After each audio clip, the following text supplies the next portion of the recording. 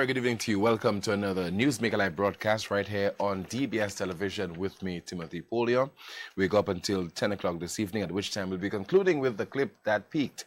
This evening we'll be focusing on a health condition that we do not often hear and we do not hear about, and we discuss in the news. And we'll be discussing that particular health condition primarily because there is a major public engagement that is scheduled for this Sunday.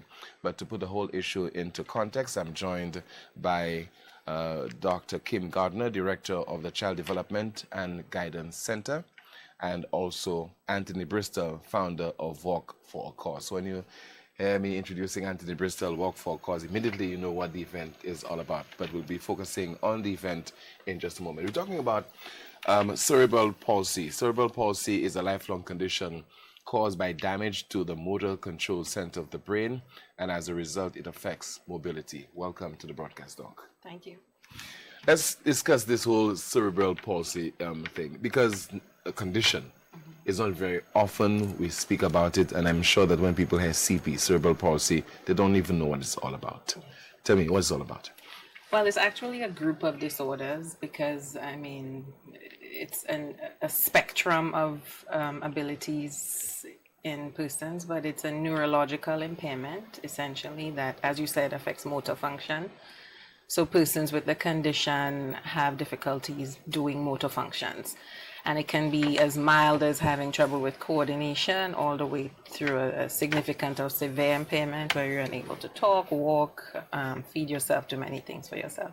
So that's why it's kind of considered a spectrum, but primarily affecting the motor cortex in the brain. So cerebral is brain, palsy stems from the word paralysis, and so it's affecting an area of the brain that impacts motor development. Actually, it can prove very confusing to the ordinary folks when you hear CP, cerebral palsy. I mean, people will be asking, what is this all about? And maybe they don't even bother to find out what it's all about. Do you think there's a danger in us not paying attention to such conditions and understanding what they're all about? Absolutely. CP and all developmental challenges in general, because we have many children in St. Lucia, many families living with children with developmental disabilities. So if we ignore it or don't pay attention to it, we're ignoring a whole facet of our population. And I think we have so many families. I bet you there's not one family that it's 6 degrees of separation that there's not someone impacted by a developmental condition, CP specifically. But I kid you not. I don't want to be comical, but it comes across as some ailment that affects only prominent people when you have cerebral palsy. No, unfortunately not in St. Louis. It's across, it doesn't discriminate. So it can be from persons from low socioeconomic status throughout, because there's a variety of reasons why there's CP. I'm sure we'll get into that, but it does not discriminate. But do you think there's sufficient public education on such conditions? Because we hear a lot about hypertension, we hear a lot about diabetes, and before that, years before, we heard about HIV and AIDS. Yeah. But there are a number of other health conditions that are just below the radar. We're not hearing about them at all. Yes, and that's typically things that impact children or developmental delays. Quite often they're hidden. There's a lot of stigma, discrimination. A lot of parents don't want to come out and talk about it. So yes, it's not something that's at the forefront, but it really needs to be. And this is why we're really appreciative of the efforts of this walk, because it's not just in raising funds and awareness, but really putting it out there and showing the ability in disabilities. What I like to say, that there's a lot that our children can do. How do you go about selecting a particular organization that you want to assist? Bristol? It's something that we've done every year. It becomes a challenge because we sit, and from about November, December, we start trying to task ourselves as what is actually going on. What we found is we were able to be guided by topical issues previously. So when it was domestic violence, which we did a couple of years ago, it was very easy for us because at that time we'd had 6 homicides in January, most of them all of them related to domestic violence. So that was very topical. Last year it was easy with blind welfare because the issues of the Blind Welfare Association were obvious to all of us in that they were underfunded, they needed to get some support, and the support was not available otherwise. I'm sure you can remember the first walk. What was the first walk? The first walk was the Cadet Corps. Why? What we did, we sat back and we thought of what again were people saying. People saying the youth have no guidance, the youth are truant. And what are the organizations that have really supported the youth traditionally? There have been clubs, church groups, things where you have structure and you have senior people in the community actually provided mentorship, guidance, being a second home, being a support for your young people. And when we looked at it, the Cadet Corps was an organization. If we're trying to build discipline, we're trying to build order, we're trying to say be proud and be respectful of order. It certainly was a very deserving organization for the first walk. And how did the walk impact the Cadet Corps? But what we're able to do, first of all, the first thing we do, which I think people, and I think Dr. Gardner spoke of it, is we don't just try to raise money, we try to raise awareness, so people start to talk about it. Mm-hmm. And we're able to get people to try and build the confidence in the Cadet Corps. And what's been happening every year, the Cadet Corps has been participating in the walk consistently. And that then has raised the image of it. It's brought them to the fore where people now think this is an organization we should now actually get out and work with. The challenge we find a lot of the organizations we've worked with is they're so caught up trying to do their basic needs that they don't actually have enough of the business development of the actual infrastructure to continue raising funds or producing that outreach. And now, given the social media pervasiveness of things like Instagram, Facebook, and so on, we think it's actually easy to do it, but it does require some business focus and some sort of marketing approach to think out how do we make this exciting, how do we make people want to participate. And so if the Cadet Corps have had, and I think we helped them procure uniforms and go on a trip, and they did very well on the trip. Some of the cadets, I think, scored very highly in all areas of their craft. But when they came back, there was not actually enough, in my view, exposure of the Cadet Corps, because you want to, in your society, build heroes where you have change, where you are making a difference. And that's really what this was about. How do we add value to our community? And the Cadet Corps was the first one. But it's grown from there, and every year it's been another course that we think is worthy. What prompted you to embark upon this goodwill venture? It's four of us were having a discussion one night at the range. It was at the club, and we were talking about, how good our club was in terms of performance and so on. And then we thought, are we doing enough? Should we only focus on the competitive edge of building the skills of our club members? Or should we really think of what we should do to add value? And we felt that clubs traditionally, if you go back to the old days of Lancers and the Shamrocks, and some of those will still exist now, it's not just about the sport. It's about building values. It's about mentorship. It's about giving young people a place to go to, a guidance center, a support, something more than just the sport that they take part in.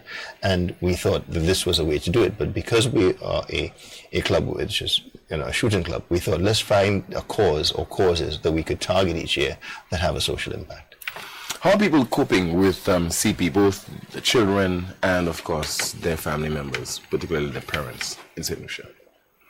It's hard. It's very hard to have a child with CP and any disability in St. Lucia. You have increased needs for everything, just increased needs for care. Children require more medications. Up to half of children with CP have epilepsy or seizures, so there's additional care that's required there. Usually they have prolonged time in, for instance, like Pampers, and mobility is a problem, as you know, because we talked that it's a motor function problem. So a lot of them are wheelchair bound or have a significant difficulty with mobility, so have to be carried everywhere. Most parents will tell you bus drivers don't really want to take wheelchairs in their buses, so it really isolates you and impacts you, not just for the child who is isolated, but also for the family. And I think it's quite significant in terms of its impact to the immediate family and the community. How do you think in your experience people condition themselves for that? Because foremost, when you're expecting a baby, people years ago wanted a boy or either a girl. I think now people are more sophisticated in their thinking. They just want to have a healthy baby. Yeah. But how do you prepare yourself for such an eventuality? You can't with any disability or any child who's born not as you expected. You go through the full range of emotions. There's denial, there's anger, there's fear, there's all sorts of things that you go through, and we journey through that with most parents. Sometimes they pull away, sometimes they lash out, so there's a lot that happens within a parent and the family. But there's a nice poem called Welcome to Holland that I like to talk to the parents about, where it's a poem about you as a parent, you're getting on a plane, you want to go to Italy because you've heard all about Italy, and there's mausoleums and all sorts of stuff in Italy. But when you get off the plane, you're in Holland, and there's windmills and there's great fields, and you're like, but I didn't want to go to Holland. I wanted to be in Italy. And until you sit and think back and be like, well, you know what, Holland's beautiful. Maybe I can like windmills. Maybe there's other things going on. And you start thinking about what you've been given in a different way. That's the acceptance part of your journey. Then you can say welcome to Holland. But there's a long path between accepting where you are now and really moving on. In your experience, do you think that parents sometimes need counseling, need guidance? Absolutely. They need a lot of support, and it's really not easily available. I think the best support comes from peers currently for children with CP and families with CP through the CP Association, which is also one of the supported organizations here. And that's what we do, refer parents and families, especially with newly diagnosed children with CP, to the association, because no one can tell you about it like another parent who went through it. Not even the professionals. We don't have children with cerebral palsy, so sometimes they give advice. Well, I tried this, and you do this, and let's do that. And they do a lot of activities together. So there's power in that support. So why did you agree to take over the reins of the center? I think in 2012. I took over in 2009. Actually, it's 10 years this year. The founder of the center wasn't from St. Lucia. She was moving back to Germany. I was a community pediatrician at the time, going all over St. Lucia and referring children to the center every day. So with her leaving, the center would close, right? So and I took a leap of faith, left my government job, and the NGO at the time had limited resources, and just. But something must have already prompted you to do that. Yeah, it's the best job I'll ever have. It's so rewarding to work with families and to help change children's lives, which is what can happen every day. That I think it's just been a calling and life's work, and I had no choice but to take that leap and change jobs and take over. Because earlier on, it's a passing strange that we had a foreign national who was leading that particular cause, German national, over several years, and people were wondering why she was the face of efforts, to really improve the lot of those children and, of course, their parents as well. Yeah. Well, she had quite a bit of local support as well, but yes, she came from somewhere that she knew that there could be better, right? And there was not very high expectations even by families, parents, by society of children with disabilities, and I think she knew that there could be better done. So she saw the vision. She started with summer camps, and she started in one room at Donata School, then built up on the water tank. So there was growth under her leadership. And she had the vision and so she really just planted the seed and started the growth of the organization that has really blossomed and been able to do a lot of work in St. Lucia today. We work really closely with the Ministry of Health. They're quite a big partner to achieve the work that we do. I think it probably took having a St. Lucian at the helm to be able to integrate even more fully into the national system. But we're grateful for the start at the center. How many children are benefiting from your services? We get 350 referrals a year, and active caseload has about 350 kids as well. So in a year's time, we're touching 600 to 700 children, providing support intervention for children, and not just CP. Specifically, how are you dealing with the workload? But let's look at CP in particular. About how many cases you have there? On the books, yeah. 40 cases actively receiving therapy now. So the center is primarily an early intervention center. So we're seeing children 0 to 5 years old. At 5 years about, they kind of transition to education system. But with CPU, we technically don't really transition because there's no therapist within the public service, in the education service. So our physiotherapist continues to support as much as possible children with CP, especially when they transition into school. But we're inundated. Very small. There's 3 local members as a team. We import pediatric therapists because There's no pediatric therapist here in St. Lucia, so there's a lot of work to do with very little people to do it. But the big question is why don't we have a pediatric therapist in St. Lucia? It just, I mean, when you thinking when your sciences and your training, it's doctor, lawyer, accountant. That's kind of the traditional pathways in terms of career. So therapy is not really. Most people don't know what an occupational therapist is, or what is, well, I guess a bit more now, speech and language therapist, but it's just not really been on the, I guess, in the news and in the media, and you don't really have mentors. You can't say, oh, I liked what that person did. But those who know better, quote unquote, those who know better should not be leading the charge on this. I mean, your organization, other entities, you, the Ministry of Health, Ministry of Education in particular. Yes, speech and language therapy is on the priority list and has been on it for a few years. So is physio. So there's definitely the willingness. I think there's a change happening, but it doesn't translate fast enough into getting persons on the ground. We have a couple persons who've come back from being trained in the last 5 years, but then you need even more experience and pediatric experience to be able to work with kids. Is there a cure for CP? No, there is no cure. But can the condition improve? Absolutely. With therapy? Yes. And the earlier you get that intervention, the better it is. So 0 to 5 is really where you can make maximum impact, because that's when the brain is still malleable and can have the highest change. So that's when you really want to focus your highest level of intervention at 0 to 5, which is why we do, with limited resources, we do it in the area that has the highest impact. But how do you measure your success? In many ways, I think we do it actually with setting goals with individual children and measuring that we meet those goals within a specified time frame. Because success has to be defined by both the parent and the professional, because for the parent, it may be they want the child to walk, but it's not really practical. It's not a practical goal, but you make a smaller goal, because every child can learn to do something more than they're doing before. So we measure by setting goals and then achieving the goals as a team.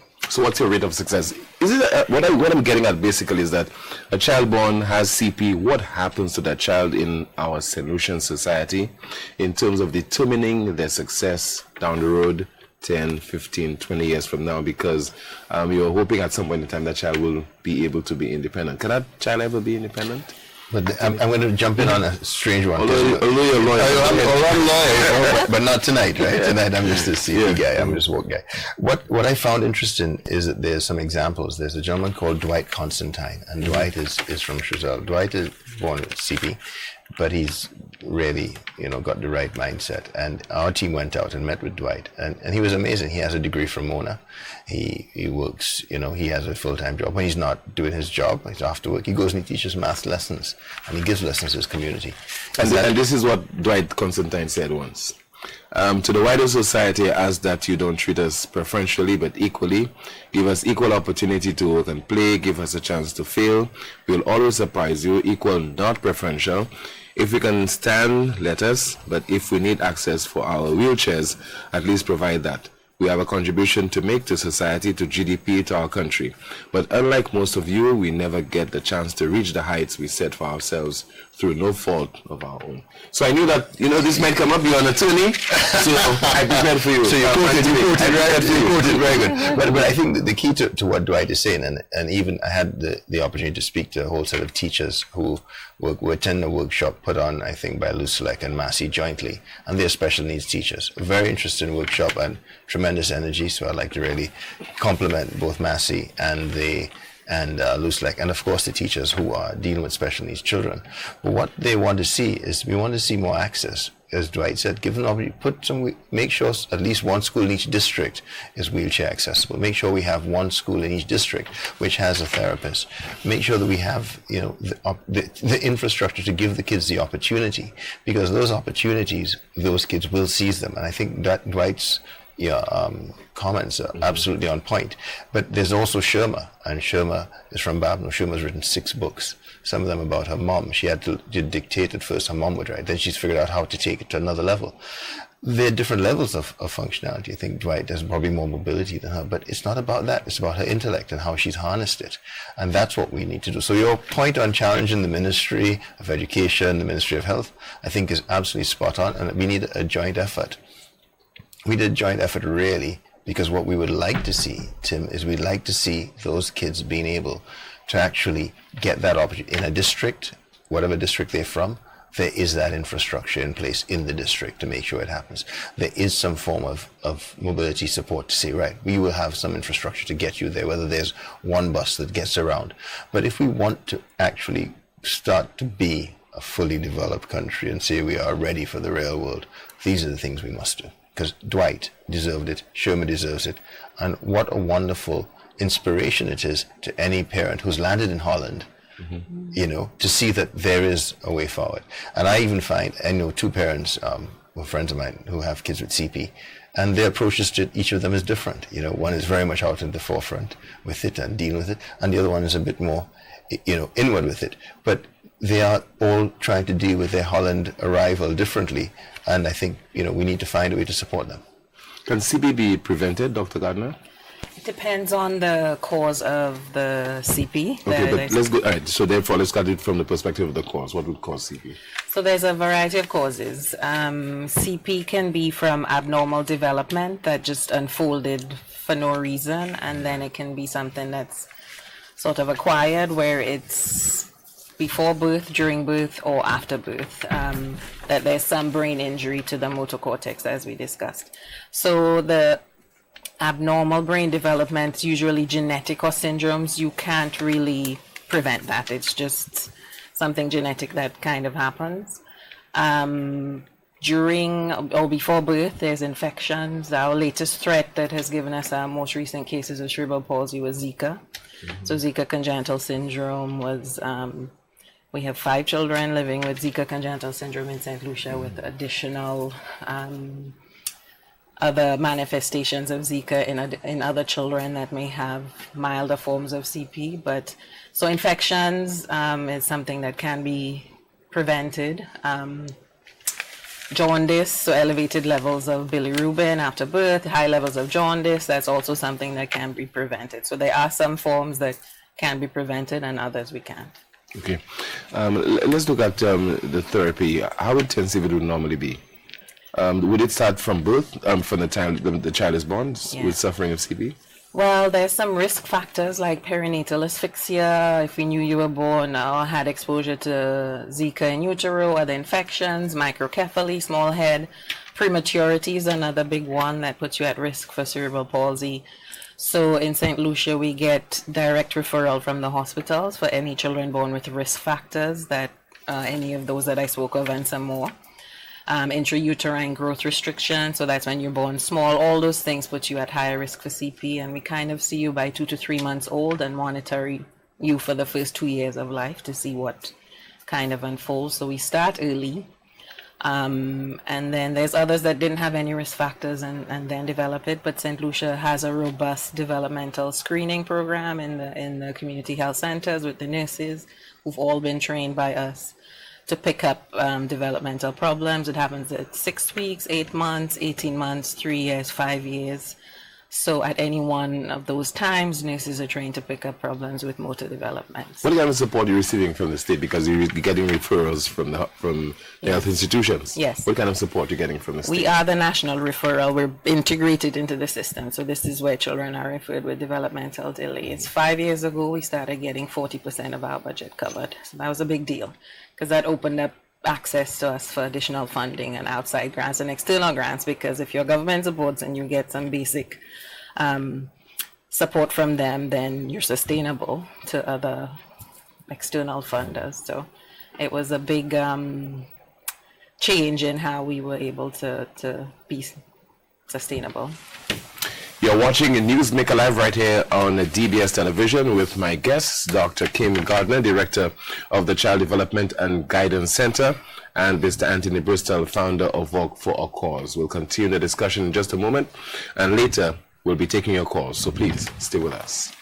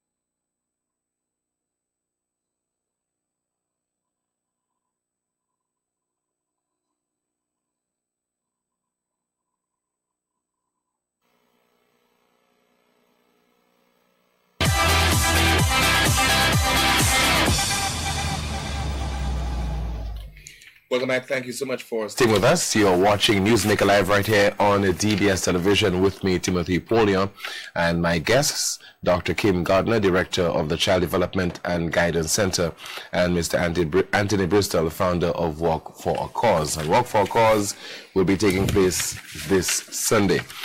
Before we get into what will happen on that specific day and the occasion and so on, why cerebral palsy again? We narrowed down to a couple of issues we thought were impactful, and the Cerebral Palsy Association had approached us before. Daria Ernest was very, saying strong in her lobby, saying, Anthony, we would really like to have, your support.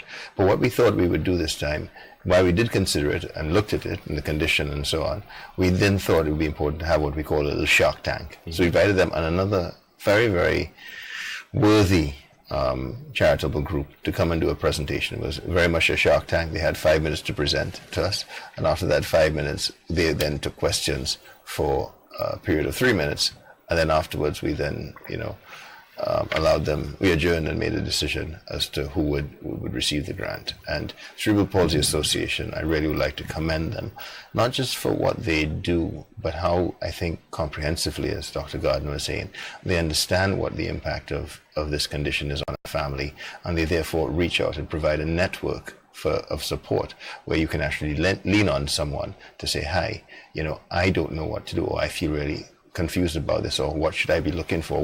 As you said, what are the next markers that would make me feel that we move in the right direction? And in that regard, they have been, I think, of fantastic support. They've even come out now with programs to try and generate cottage industries where the persons in the family who are at home caring for the CP child or individual are now being trained in ways to generate an income. So whether it is into baking, whether it's into some form of cosmetic, attention or service, whether that is manicures, hair, whatever, they're actually training people to be able to operate from their home environment so that they can earn and be more productive while they're actually given the care. That is something you'd have to be in it to know, that this is not just about a wheelchair. This is about what do you do during the day when you are with this child. And also then, are there other avenues they can explore where other services can be, outsourced from persons who are carers for children and individuals with CP. So a lot of interesting things came out, but the Shark Tank effort was absolutely won by the Cerebral Palsy Association, who continue up to today to be at the range. Can you tell me about the other organizations that will find? I would not like to do that because I don't want to jinx them for next year. But we don't think that because you didn't get through this year, you shouldn't come again next year. And we have had others who have come up to us. And I do like the Shark Tank approach that we've taken. It's very open. There are 7 of us from the club who sit around in our club, in our training room in the club, and they've got a 65-inch screen TV and a laptop, and they do their pitches, and we will listen to you and ask you cut-in questions about it. And the information we got from them gelled with what we felt, and therefore in deciding how our funds are going to be distributed, the funds are going to go in large measure to CDGC to continue the support for the therapy, which reaches all the children. It's also going to go to CDGC partly to deal with the family support and ensuring that all the families, not just those who are members of the association, will benefit. And then another portion of it goes directly to the association for them to further their efforts. And those efforts include days out for the children and the families where they all get together. And the joy, there's a video that Daria has, and if you see the joy on the kids and the families when they have these days out, it's worth every minute of it. How do you determine whether people are genuinely involved, they want to support your activity, or is it a case where people just want to participate in the walk? Well, it's what has happened is that people call me all the time. Everybody wants to do a walk and walk. A walk is a movement. Now, one of the other founders of this, a young gentleman called Dylan Inglis, who was in that room that fateful night when we had that discussion to launch the first walk, he said it's no longer a walk. brisk some movement. And I think that's what you want your cause to become. The walk should be the focal point of it, the culmination of the awareness effort, the culmination of the fundraising effort, but it should not be the only fundraising effort, and it should not be the only awareness effort. It should actually be just the focal point that brings it all together and allows everyone to see, hey, this is our manifestation of our support for this by coming out. But Walk for a Cause would not be as effective in its fundraising if it were not for several different people. I think, first of all, the commercial houses have played a consistent role and a consistently increasing role with the number of new commercial houses who come on board every year. And we are not a big solicitor. We're not advertising. We're not advertising for 6 months and everything else. But my gosh, people really come on board. This week we had C.O. Williams come on board, and just days before the walk, knowing they're not going to get maximum, but they came on board. ADMAC came on board, as well, to support. Say we're going to come and give some coffees for people when they finish the walk. And then we have SwiftPack, which is a new company down here as well, come in and say, we're going to be on part and support it. So what we're finding is people are coming on board because they believe that the cause is a good cause, and they know the funds are going where we say the funds are going.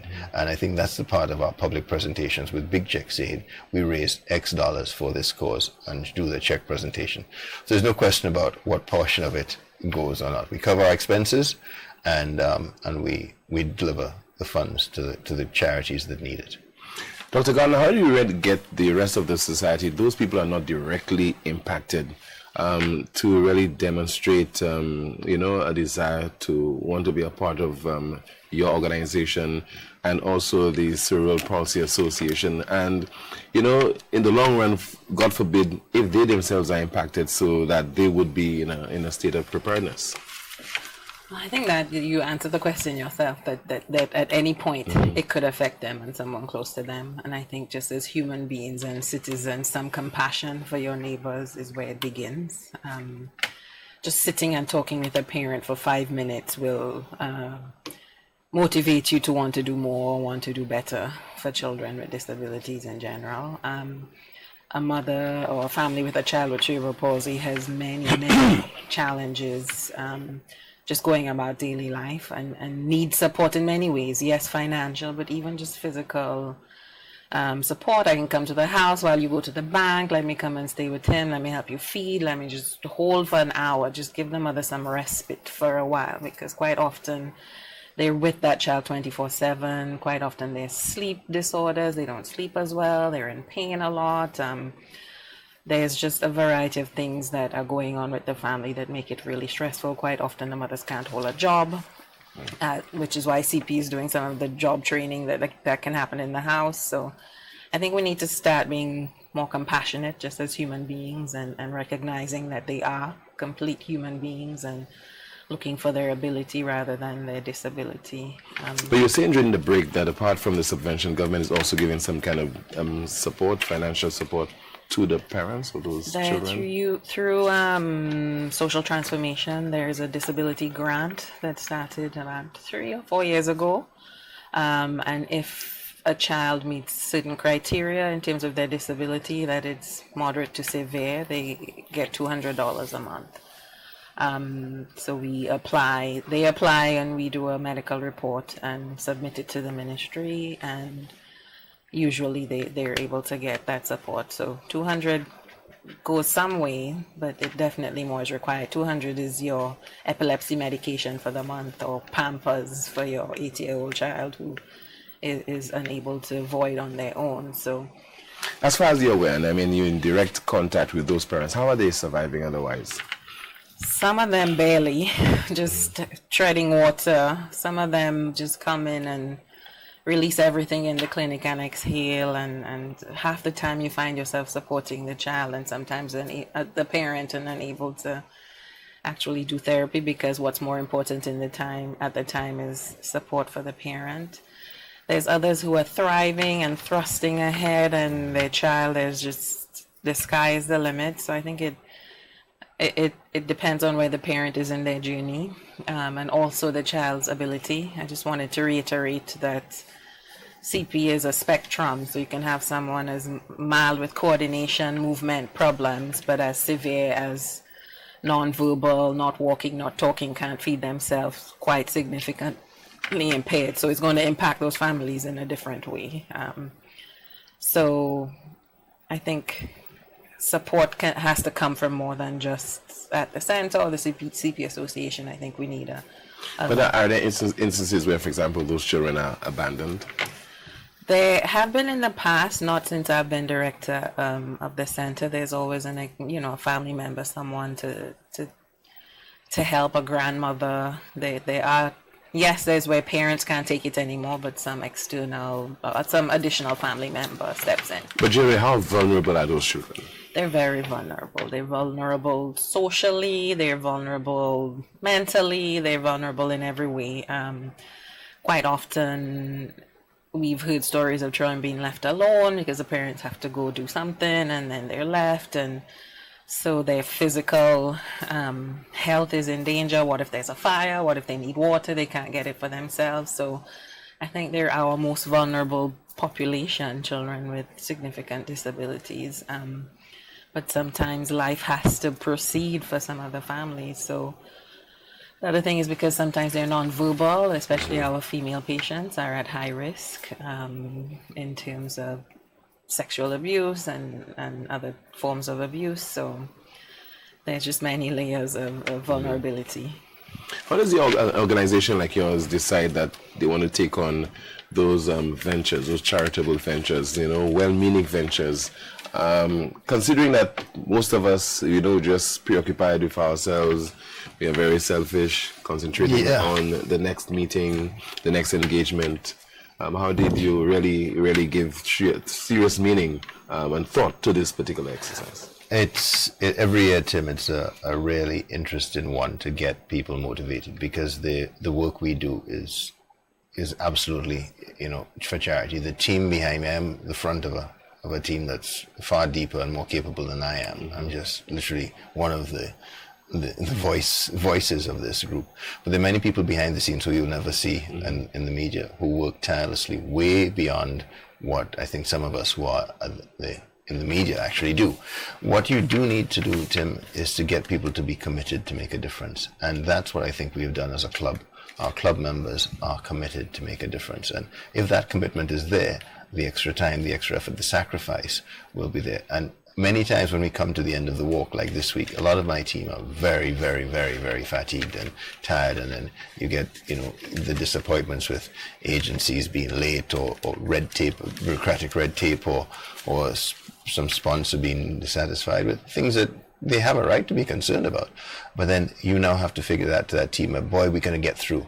And then on Sunday morning, Tim, when 1,000, 1,200 people walk, and we're able to sit back afterwards and realize we've raised a significant amount and we've raised awareness, and we look back on occasions like this to have Dr. Gardner speak to the nation about cerebral palsy, to have Newsmaker Live focus on it, we realize it's worth it. And then all of a sudden this euphoric feeling again that it was worth it. And then you get, I don't know what sort of syndrome that is you're going to call it, but then you get this strange feeling that it's all worth it, and then you look to do it again. But Tim, it's commitment from people in so many ways, and there's so many other people we have to leverage and call on, and it's all voluntary. And I cannot thank all the members of the team. I do have to single out the cause captain this year, whose name is Brad Lord. He's a young man, and he started off, you have to be co-captain before you can become captain, and he was co-captain last year. And he has grown so much in his ability to manage this thing and to manage the media, and to his overall captaincy has been, stellar. So again, that's another part of it where we develop, our own team members and different skills. So hats off to the entire team who's behind this. They are doing an awesome job, and it's all done, again, thank goodness for WhatsApp and so on, because we're able to communicate constantly, bounce ideas off, send reminders. So if I check my phone, probably send me a reminder for something I forgot to say now. But it's about motivating people to give, and I think what happens is we immerse ourselves in the causes every year. So when we take on the CP, we actually not just do what you've done. We want to sit, learn, understand, visit, videotape, come back, share the videos, share the experiences that we have. And that immersion really is what drives and gets you going through it all. But, again, hats off to the team, hats off to the sponsors, hats off to the public. But Tim, it's a real call of duty. There's a lack of awareness on the part of the public. Do you think it has something to do with many people not seeing those individual children who are suffering with CP? They might be at your center, they might be at home, hidden somewhere. Yeah, I definitely think that's a big part of it, that we're just not visible enough. So opportunities like the walk are really useful, where we're hoping that quite a few families with children turn out, so public can see children in various forms of CP with their walkers or in wheelchairs or hands held or carried, whichever way it takes. But yes, they because it's hard to be mobile and get around, and if you don't have your own personal transportation, which majority of people don't, it's hard to get around. What is happening on Sunday? On Sunday, it all comes together, Tim. It's Walk for a Cause. Where you start? Version 6, we started the VG roundabout, as we do. We are absolutely on time. Club Guard does not miss any of its targets. We're known for hitting our targets. So we certainly will be starting, as we always do, at exactly 6:30. The walk starts. There's a warm-up at 6:15. We ask people to gather from 5:45. We have security arrangements in place to protect your cars, as we always do, with guardsmen who does that for us. And we have that covered, but it's a very prompt start. It's 4 miles. It's walk for a cause. The 4 is actually a pun on the 4 miles that you walk and or run. So it's up to you to run it if you wish. And you run from there up to the Club Guard range, which is at Bois d'Ouage in the same building as Vels Gym. And this year we have something new. We have a series of national artistes, and Jalim from Yadi and Jalim, correct me, they're not localized, they're national artists. I tried to say, Jalim, they're local artists with international aspirations and skills, but he said no, they're national artists. So our national artists are going to be there. Are 5 of them there. I don't want to call all the names, but I probably give you a hint of some of them. Sidale is going to be one of the headliners there. MR is going to be there. We also have Keisha is going to be there. So we have a lot of good artists. Rashad is going to be there. So we have good artists coming out to support it and really make the end very impactful. We are going to do it as we do. Again, we have to thank the Royal St. Lucia Police Force. Every year we need them for the support on the road, the traffic department, the operations department, phenomenal. And also, the number of walkers. They are consistently the largest group of participants every year. So thank you to Royal St. Lucia Police Force for your continued support. And thank you traffic department for making sure we get there safely. So it's all bets on, Tim. As I say, we are absolutely prompt, and Dr. Gardner has done the walk with her team many years. So we've had a very good run of it. She's by no means a stranger to this. But it's a lovely walk. It's just well organized, well coordinated, and it's short and good. Also appropriate for kids. I've done it with my children as Right, well. yeah. So I think because of the distance, it's a good walk for children as well, and good for them to come out and see their peers who may be different to themselves. When we come back, your calls, so please stay with us. We'll be able to pose questions to Dr. Kim Gardner as well as to Anthony Bristol. So please stand by for this when we come back in just a moment on the program Newsmaker Live.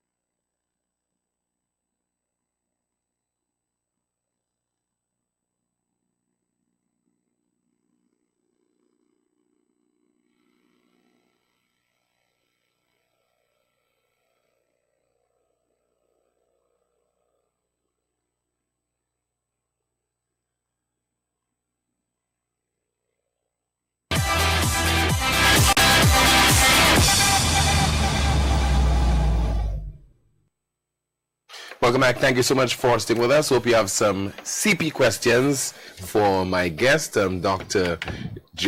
Kim Gardner, Director of the Child Development and Guidance Center. When I say CP, I'm referring there to cerebral palsy. So we'll put the telephone number on the screen right now so that you can call with your questions and your comments, particularly on CP, cerebral palsy, and also for my guest, Mr. Anthony Bristol, founder of Walk for a Cause, and this event is into its 6th year. We are up to year number 2 in terms of, we already have a caller line. Good evening, Newsmaker Live, you're on the air. Hi, good evening to you, caller. Good evening, Mr. Bristol. Good evening, good evening. Age is catching up. I see you look more and more like the old man. I must commend your organization to always finding a cause, as the name implies, that is well worthy to be highlighted. This one is dear to me, and I must commend Ms. Gardner. I started with the organization with my son many moons ago. Of course, where it has been today, or where it is today, I'm very proud to see what has become of this organization. I too lend my support. Tim, I'm going to send you shortly. I was just trying to get it onto my phone to send it to you. And I want you to see the Education Act and what it speaks to. Education Act of St. Lucia, 1999, number 83, which speaks to special needs and what is there for the chief education officer and what needs to be in place for our kids. And I say our kids, all kids with special needs. It's sensitive. It's not an easy task, especially when Ms. Gardner spoke of, persons, parents coming to the center and feeling all down. And this is the only place you can probably express yourself, because there are persons who understand. At one time, the Tapion School, for example, had a special needs program. The SDA is doing something. You have the CCRA is doing something. And there are other little organizations, Educare, who are assisting parents. But more and more, I think the government of St. Lucia owe it to us, because it is on our act. It is considered a part of our laws. And sadly to say, it's not being highlighted enough. So with an event like this taking place, for one, it brings into focus the importance of viewing the aspect of special needs. So again, I want to say thank you, Mr. Bristol, for doing that, for not just cerebral palsy, but for all parents who have kids with special needs, who are on the spectrum. Because you, as a parent, must ask yourself, when the Most High calls upon you and you are no longer there, is the state able to? Is the family able to? Brother, sister, what is the support system? Very important. So I ask the general public to go out and give the support, because the funds are to a worthy cause, and of course it is much needed. Sometimes we always say, the government, but it always starts at home. Charity begins at home. And what can you do for your country? And this is a way of doing for your country. Have a blessed one, Ms. Gardner. Keep up the good works. Thank you. Support is always there. Thank you so much. What say you? I just wanted to really thank the caller for his contribution. And I think this is what touches us and really gives us that euphoric moment. When people who have been through it, the circumstances of having to deal with challenging situations, actually feel and understand that we share and understand and empathy. We've not walked in their shoes, but we actually can sense it. And that's the spirit of community and the spirit of caring that I think Dr. Gardner has spoken of. Caller, thank you. We will continue to try. We hope that your voice tonight on this program, like the voice of Dr. Gardner, is actually going to draw the government and draw other people in to do more, not just for this particular condition, but for all the conditions that, as you say, how would we have long-term sustainable caring and support for our people, our members of our society who are differently able. They are not disabled, just differently abled. We continue to take your calls once again. You're watching Newsmaker Live right here on the DBS television. My guests, Dr. Kim Gardner, Director of the Child Development and Guidance Center, and Anthony Bristol, founder of Walk for a Cause. Dr. Gardner, what normally happens, for example, when people solicit your service? For example, are they expected to pay? There are fees. 90% of the time, people don't pay. Kind of do a sliding scale. If you're working, both parents are working, we expect you to pay something. But you're not denied service if you cannot pay. So everyone receives service. A lot of times the financial barrier is the bus fare to even get to the center. A lot of the times we do an outreach clinic in the South once a week as well to try to bring it closer to the South. That's still not enough. We almost need a satellite center for the South. Call that point out. We have a call. Good evening. Newsmaker Live, you're on the air. Yes, good night, Tim. Good night to you, sir. And good night to your guests, Mr. Bristol and Miss Gardner. Good night, caller. Yeah, I want to say that you all are two esteemed people. You all are people of good reputation. You all are honorable people. And I must say that for you all to take time to really champion these kind of causes, you know, it is very, very, very, very important. You know, there are persons who may turn a blind eye to what is really happening, but for you all to feel the plight of the powerless and the underprivileged and to come on and, you know, take on those tasks, I think it's a very, very, very noble cause. And, you know, so the people who are empowered with resources, it is time for them to just try to channel those resources towards your cause and your movement. And I want to say to you, Miss Gardner, that your parents, you know, they really pass on the love that they have to y'all, you know. And I'm proud of y'all as two good human beings. And I'm asking the people to come out and support the movement that y'all start. God bless you all abundantly. Bye-bye. Thank you. Thank you, caller. Dr. Gardner, how do you find that the level of support, financial and otherwise, from the society is not in abundance, primarily because you have so many other interest groups, so many other organizations. They're basically going after the same institutions, the same corporate sector in St. Lucia for support. Yeah, and there's definite competition, but I do have to say we've been very supported locally to provide the intervention for the number of children that's required. Plus, equipment is not just about the therapy, but there's quite expensive equipment that's required and all of that. Definitely more is needed. I do think once you hear the story of a child with disability or see it really pulls on the heartstrings. My apologies. We get a lot of that on this program. So, a lot of interruptions. So, good evening. Newsmaker Live, you're on the air. Yes, good evening, Dr. Gardner. And Mr. Bristol. Yes, could you remind me when the walk is, and are there any T-shirts available? How do I go about getting one? That one. Thanks a lot, ma'am. Yes. Thank you. Okay. That one falls to me. Yeah. The walk is on the 26th, which is this Sunday. T-shirts can be purchased from Steve's Barber Shop in town, from Blue Monkey in town, from Blue Monkey at Rodney Bay, and also from Cafe Ole in Rodney Bay. Blue Monkey at the J.Q. Rodney Bay Mall and Cafe Ole at the Rodney Bay Marina. If you also wish to get a package, you can dial 724-9393, 728-9692, or if you're online for it, 40969, and we will answer your call and get you a package. But please come out and support it. Thank you very much for your interest, caller, and we look forward to seeing you there. Before you took the call, you were making a point, Doc, remember? I forgot what already, but now saying we do get a lot of financial support, and a lot of corporate houses have supported us and organizations in the past, and we look forward to more.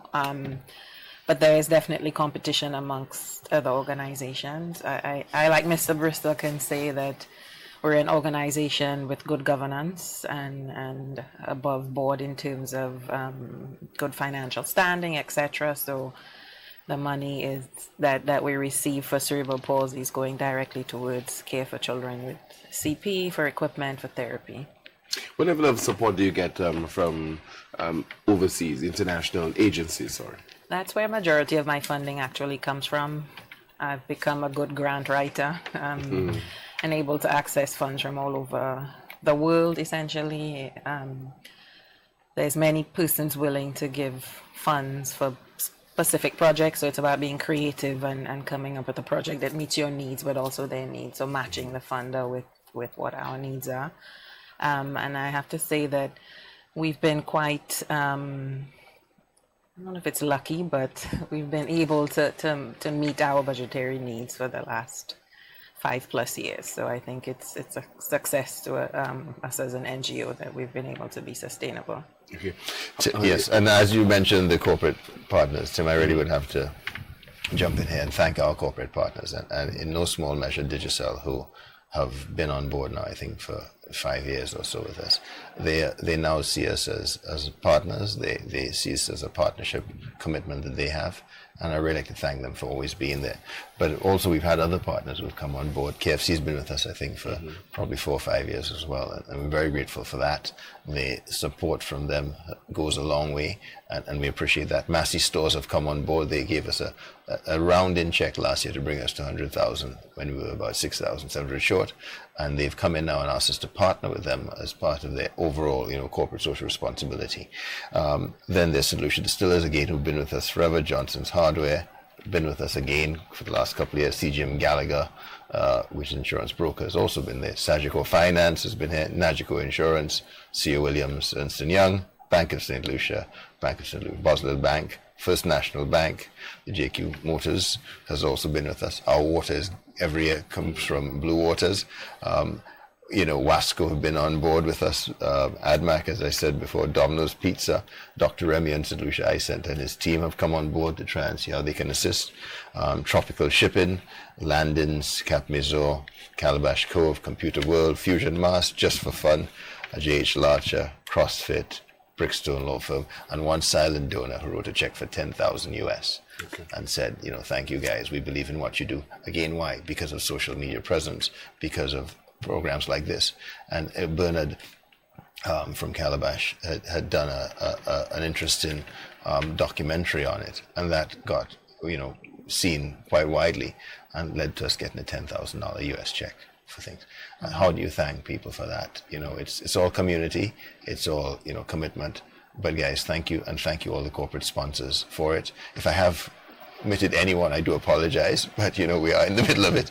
We will certainly lend a hand to it, but thank you to everybody who's done it in the corporate world, and we look forward to continuing to have that support in the future. If you're just joining us, we continue to focus on CP, that's cerebral palsy. That's a lifelong condition caused by damage to the motor control center of the brain, and as a result, it affects mobility. And my guest is Dr. Kim Gardner, Director of the Child Development and Guidance Center, and also Mr. Anthony Bristol, founder of Walk for a Cause. And the proceeds from that walk on Sunday will go towards the center, as well as the parents, the children who are suffering with cerebral palsy. And tell me, with regard to CP, Dr. Gardner, what kind of interest, the corporate sector, do they really take a natural interest in the work of your organization without you soliciting assistance from them? Yes, quite a few of the sponsors Mr. Bristol talked about have been supporters of ours in the past, like Digicel, First National Bank. Mm-hmm. We've often partnered with them on projects.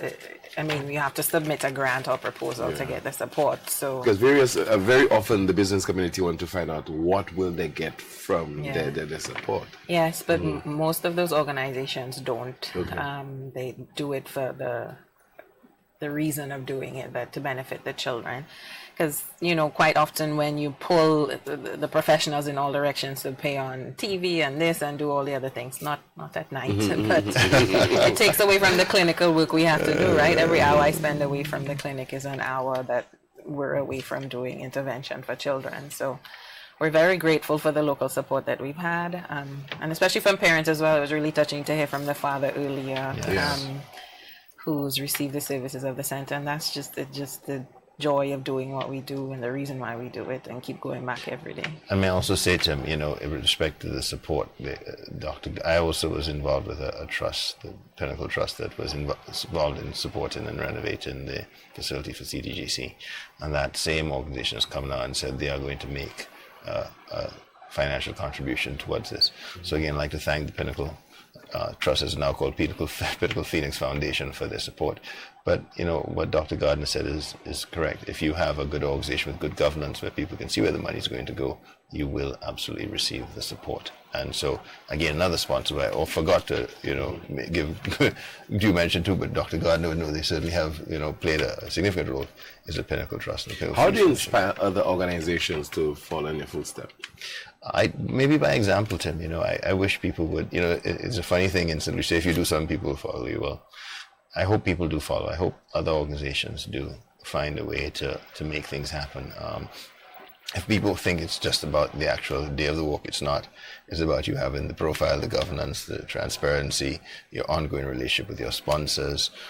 Let them see what your total receipts were, let them see what your expenses were, and let them see exactly where you did it. And in the past, what we've done is given all the money to the NCF, because some of the organizations may not have had the infrastructure in terms of accounting and so on that we would have liked to see. So we gave it to the NCF and they'd make their claims on a need-by-need, case-by-case basis. This year, because we have CDGC, which we know has all the governance in place, it's very easy to make a direct grant. But I think you want to have structure, you want to have a plan, and don't expect a big win. We didn't start off our first venture, we raised $15,000 when we planned to raise 10, and we were over the moon. And when we planned to raise 25, we raised 50, and we were more over the moon. Last year, we raised 100. We don't think we can do that this year. We'll try, but what was your target this year? Well, target's always set conservatively, because we set them at, I think, 45 or 50,000 for this year. Mm-hmm. But, Tim, we have to be very guarded in how we do it, because we, like Dr. Gardner will tell you, when you're receiving funds that are benevolent, you have no right. I have no right to expect any sponsor to give me any money at all. It really comes down to me sitting with the management, and not me alone, but the other members of the team sitting with the management and saying, this is what we're doing. We'd like you to come on board. But if people believe in your cause and you've shown that you're doing it properly, you are able to succeed and get through. So our success as a small organization is just something we hope people will figure out, what can we do? And don't try to, as I said to some teachers, don't try to think that if you start, you're going to succeed the first time. People say, oh yes, if you go to 10 people, they'll all 10. No, maybe 2 will tell you yes. So take those 2 as wins and figure out what you said differently, or how you should target more people who have the characteristics of those 2 who said yes. And set your goals small at first, because big success comes from small wins, and small successive wins will lead to momentum and further success. Dr. Gardner, what do you say to people who are preparing, to have a family? How do they prepare for the possibility of having a child suffering with CP? Can they ever prepare? What should they do? I don't think you can't prepare. You can obviously do the right healthy things to try to prevent things like premature birth and eat right and take your vitamins, etc. But things happen for no reason. There's a lot of things that we cannot control. But I think if mentally you start thinking about whatever your child is, however their development unfolds, that they're still your child, and your goal should be to have your child reach their fullest potential, whatever that is, regardless of their capabilities. I don't like to say suffering with the condition, but living with cerebral palsy. I think the parents are quite strong proponents of saying that their children are living with cerebral palsy. And I think you have to think of the positives when you're pregnant and planning a family, etc. If you think about what could go wrong, then you would have lots of stress and anxiety and probably a premature birth if you do that. But I think you just have to know that if it comes, you can take it. You can work with what you have, and that you'll be able to survive. And many people have, and then you'll have some other parents who you can get support from. But a significant number of those children suffering of CP, they might not be doing too well because of the lack of the support system. How do you ensure that nationally that we do more for those people who are suffering or living with CP? With CP. I don't know that I can ensure it. I can continue to do the work that I'm doing to trying to do early intervention, but I think it's a bigger conversation from parents as advocates. I think that's why parents are the persons who are going to be the ones who will be able to shout the loudest and say to the persons that matter what their children deserve, and not just from the professionals. I think I want parents to feel empowered. I want families to get angry, to know that they deserve more and that they deserve the right to education and the right to therapy and the right to a full productive life as much as you can receive. So I think I want them to start wanting more. Let's talk about the number of people who are devoted towards improving the lives of people who are living with CP. How many people you think are leading the charge of this in terms of the therapists and other people, other professionals? Many hundreds. I mean, there's 5 special education centers. There's the CP Association. There's a therapist at our center. There's children in preschools who have cerebral palsy. There's just many persons within the community. I can't really estimate, but I think there's many persons, but there should be many more who are devoted to and wanting to help and support families with cerebral palsy and other developmental disabilities. Okay. What are the early warning signs? Not meeting your developmental milestones, your motor milestones. So early on, you may have low tone or you may have high tone. So babies who are floppy or babies who have stiff legs or scissoring of legs at different stages of development. So when you're supposed to sit up, you're not sitting up. When you're crawling, you may be not crawling. So that's why we have the developmental screen, so that your nurses can help you pick up those things. You may have a clue from early on that the child had challenges at birth or they were born premature, so you have the risk factors as well that you need to be cognizant of and look out. But the medical professionals are the ones who are the ones who are going to gauge for you or not. But a mother often knows when something's not quite right. And they're the best judge of their child, and we hope that they would seek, whether it's at the community level with the nurse or getting referred to the center. They can self-refer, they can call the center. I can give the number 4500-240 and make a referral and say you have a concern about your child's development, you're not sure they're doing what they're supposed to do. So the number again is 450-0240. Okay. So 450-0240. Mm-hmm. Are there instances where you think that parents can afford and maybe they seek overseas assistance or treatment for the children? Are there instances where this happens? I deal with that all the time, especially parents who can afford. They may come, hear what you have to say, and then go and hear the same thing when they go away. In last year, 2018, there was a regional evaluation by UNICEF and the CDB of the early intervention services of the region from Jamaica down to Trinidad, and St. Lucia was deemed good practice for the region. So compared to all these islands who have more therapists and fancy things and money and all of that, they still were not getting it together like St. Lucia, and that's because of the partnership between us and our community, the strength of our community nurses to do the screening, etc.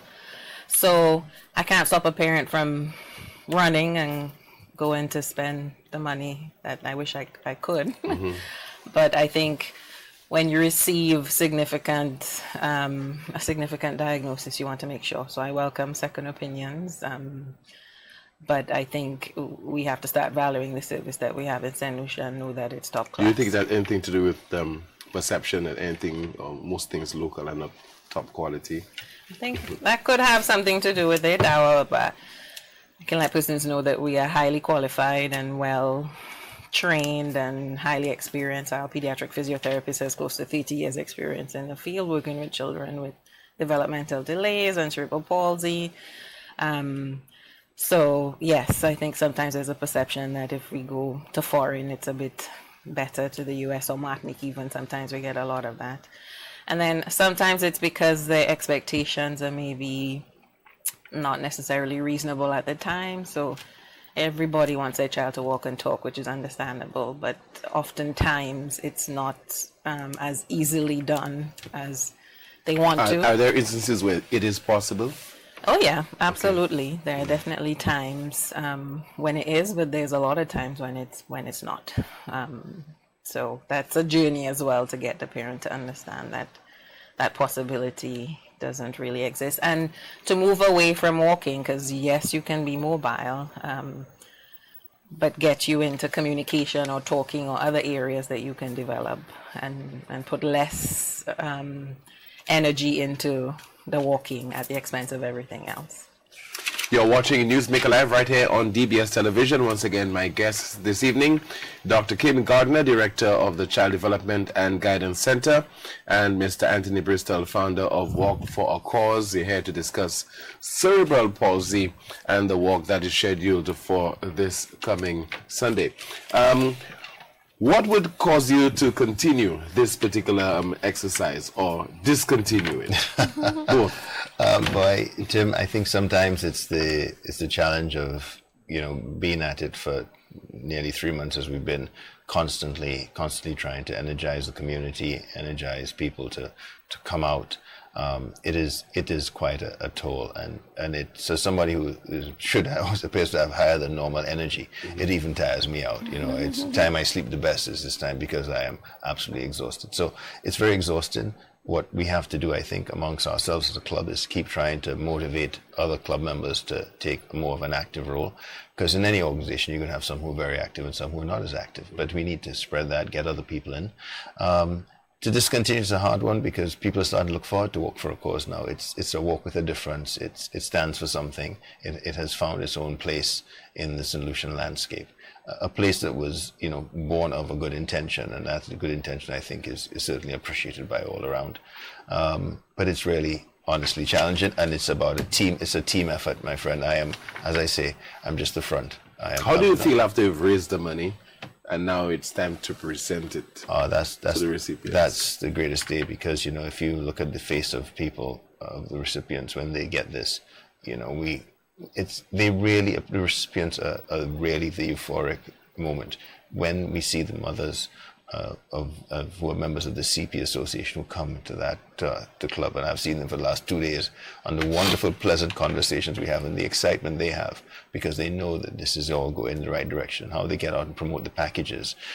We have a raffle, Tim. They get out and they promote the raffle. All these things, it's so euphoric because it's going to the person who needs it, who deserves it, whose life is going to positively impact. That's the great feeling. That's what makes all of this worth it. Right now, to all of my team, we're pretty tired, but on Sunday morning, we're going to feel really good. And when we get that check presentation and we literally hug and embrace the people who receive it, it's all worth it. At that stage, it's all worth it. We normally end up just too much dependence on government, you know, to undertake various ventures to improve the lot of the people of the country and so on. But sometimes, do you think that there's too much dependence on the corporate sector? I think that there has. And we have so few. Yeah, well, I think it's a balance, you know. And again, there are different ways that the government could look to incentivize it. So, for instance, if you spend X dollars on a charitable thing, right now it's tax deductible. But what if it was tax deductible to double the value? So if you spend 100,000, you got 200,000 tax deductibility. You know, how do we get the corporate sector to do more? Is important. But however, the government cannot come away, and no government can come away from its fundamental obligations to do things. And we do need to do more. And we are going to, as we know, you know, healthcare is something that you go and pick up these kids so they don't have either the hassle, the embarrassment, the inconvenience of having to stand by the side and then be refused, or maybe meander to the road and then not receive a welcome at an appropriate time to get to school. We do need, those are things of the state, and the state has to step up. But in the meantime, those of us who can must. We should not sit around and say, well, the state's not doing, so we shouldn't do. We should do what we can do, and we should therefore invite the conversations like we're having now to raise the awareness and let somebody say, right, you know what, we're going to do more. And last time with Blind Welfare, I was quite intrigued because after our walk, you know, there are other donations coming in, I think even from the Prime Minister's fund, that gave other money in it. And that's what we want. We want to raise awareness. We want to make it an impact. But we do want it to be sustainable. And that means everybody taking their own responsibility for it and find a way to make it better. Dr. Gardner, how do you change the whole mindset of our citizenry? And when I say citizenry, I'm afraid to even say the politicians, our governments, to ensure that we put the infrastructure in place, the ramps and so on, to accommodate the disabled community on the island. It seems that something that is should be mandatory, it should be obvious, but it's not being exercised. It is. That's a big job for me to do that. It's part of the Education Act. Every child has a right to attend school. It's also part of the Convention of the Rights of the Child, the Disability Act. I don't know. We just have to start doing the things that we're supposed to do. I can't. Need pressure groups? Yeah, I truly do media. think the answer is with the parents and them pressuring, empowerment, and them making the call for change. It's who is going to really make it, and the children themselves, their visibility and their voices being heard is who's going to really make the biggest impact, because there's no way you can ignore when you hear the voice of a child or a family. Maybe you're hearing too much of the professionals and you need to hear more of the families. Yeah, I think that's critical, Tim, that the people need to have a voice. And, you know, we often call and complain of things. We need to say what we need to do and say small things. So if a district, I don't know if this is good, if one district school per district is a way to start, let's challenge that. Let the parents challenge that. In this district 3 or whatever, or district 4, we want one school. We want one school that's done. We want one funded. We know class sizes are going down across the schools because our population is not growing at the rate it once grew. So we have extra capacity in the schools. Is there capacity where we have, you know, that integration? And what one doesn't want, what the new trends in education are showing, you don't want to take children with special abilities and put them away by themselves, because you don't foster any growth or challenge for them. You make them feel they're not equals. They are equals, as the gentleman said in his missive there. They're absolutely equals, and they will thrive better where they are amongst their peers who are fully able. But the fully able maybe not as cognitively smart as them. What we want is them out there doing that stuff, getting involved, and importantly, it brings empathy from the other children in the class to say, this person differently able to me, so it's my equal, that's my peer, that's my brother or my sister, and I'm right there with them. We need that to go on. But something that's just popped up, I've just gotten a WhatsApp message from my team telling me that I have forgotten to let the people know that there are going to be pop-up shops at the Massey Rodney Bay and Massey Gablewoods on Friday and Saturday, where you will be able to get a few packages. But do come quickly, folks, because they are going at a rate, and because we run into a very tight ship, we have to make sure we don't overprint.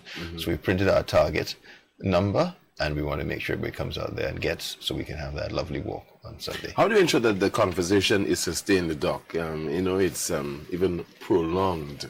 It's something that is very much part of our culture, part of our DNA, in ensuring that we call on the authorities to address those issues. Because, I mean, while the politicians are under hustings, believe me, issues relating to the disabled community, those issues are not discussed. No. And maybe if they're discussed, is only indirectly, things like crime, healthcare, and so on, but not directly. It's persons with disabilities have to push for that to happen, and also opportunities like this, the media has to keep it on the agenda. Quite often it's what's the hot button issue, or what's the newsmaker live happening, and that's what's the interesting or stuff. what is spinning. Not sexy at the time, but, you know, but we have to as a society keep it on the list of things that are important to talk about.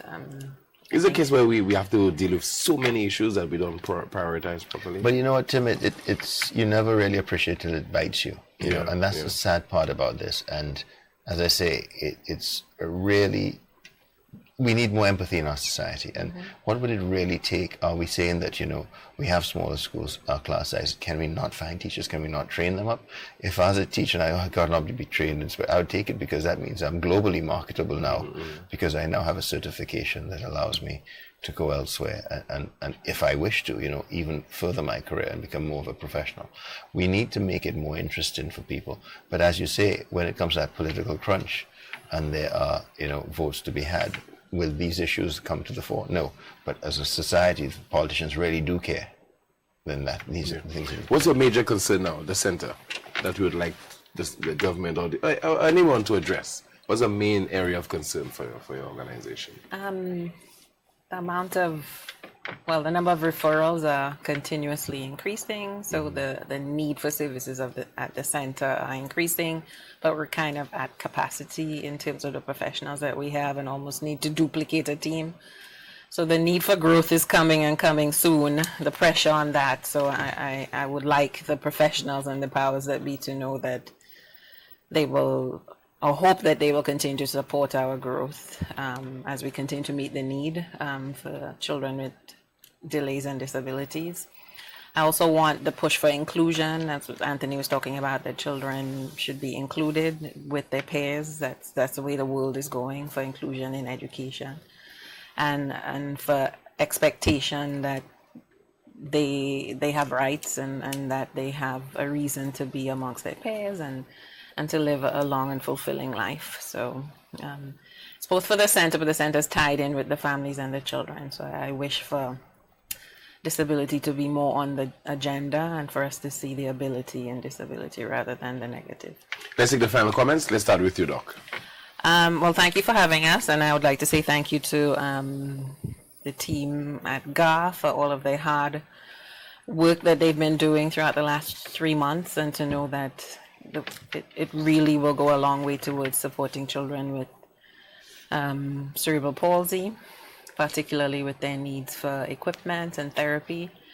And we look forward to a good walk on Sunday, and hopefully that lots of St. Lucians will come out and help to raise the awareness and build their own awareness for children with cerebral palsy. Final comments from you, Anthony? First of all, I'd like to thank you, Tim, and the media for all the support. We could not get the message out there if we didn't have that partnership. Thank the corporate houses for their endorsement of what we do and have been doing, and really thank the St. Lucian public for always coming out and responding, supporting, walking, participating in the raffle. But importantly, Tim, we want to really thank and hail and give all the regard and kudos to the agencies like CDGC, to the parents of and the families who support children with cerebral palsy and other conditions, because we are only here to try to champion their cause. They are the ones living and managing these wonderful circumstances that some of us would deem as challenging, but they have actually found the joy in, they have found the way in, the light in. And if we can lead to the success stories of Dwight and Our Lady, Sherma from Babno, what a wonderful future we can have for our country, making the best of every opportunity. Mr. Bristol and Dr. Gardner, thank you so much for being my guests on this evening's Newsmaker Live. Thank you. And to you, thank you so much for watching the broadcast and contributing via your calls. If it's Wednesday, it's Newsmaker Live. Time now for the clip that peaked.